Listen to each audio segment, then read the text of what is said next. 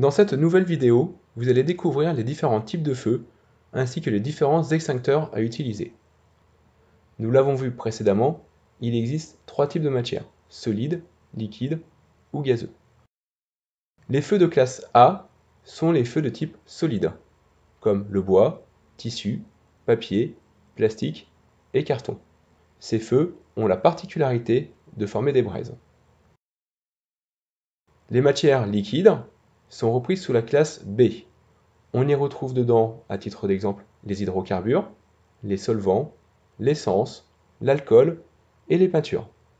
À noter que dans cette classe B, on classe également les solides liquéfiables, c'est-à-dire une matière solide qui à une certaine température prend un aspect liquide. Par exemple, le caoutchouc, le plastique, le PVC. Les matières gazeuses sont reprises quant à elles par la classe C.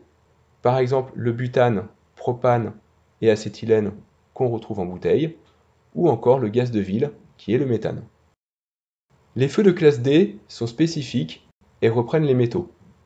Il est à noter que ces derniers réagissent violemment au contact de l'eau. On y retrouve par exemple l'aluminium, le sodium ou le magnésium.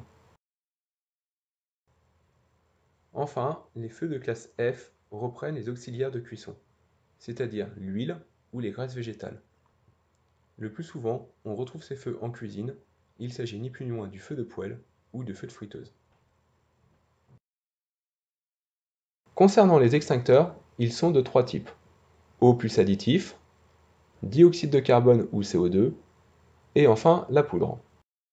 L'extincteur eau et additif permettra d'éteindre, par étouffement plus refroidissement, les éléments repris dans la classe A et B, c'est-à-dire les solides et les liquides. Les extincteurs eau plus additifs, pour les repérer plus facilement, sont souvent repris avec une petite collerette bleue. On retrouve ces extincteurs, en particularité dans les établissements, plutôt dans les parties administratives. L'extincteur CO2 permettra d'agir par inhibition, c'est-à-dire supprimer l'oxygène pour le remplacer par du dioxyde de carbone. Il permettra d'éteindre l'ensemble des éléments de la classe B, c'est-à-dire les liquides. L'extincteur CO2 sera toujours retrouvé à proximité d'une source électrique, TGBT, tableau électrique ou machine énergivore. Enfin, l'extincteur à poudre, qui reprendra les éléments A, B et C, permettra quant à lui d'éteindre le feu par étouffement. On le retrouve plutôt à l'extérieur, ainsi qu'à proximité des produits chimiques ou gazeux.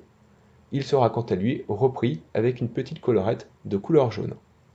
Plus généralement, pour savoir quel extincteur à utiliser sur quel départ de feu, il conviendra de prendre l'extincteur le plus proche du lieu du sinistre.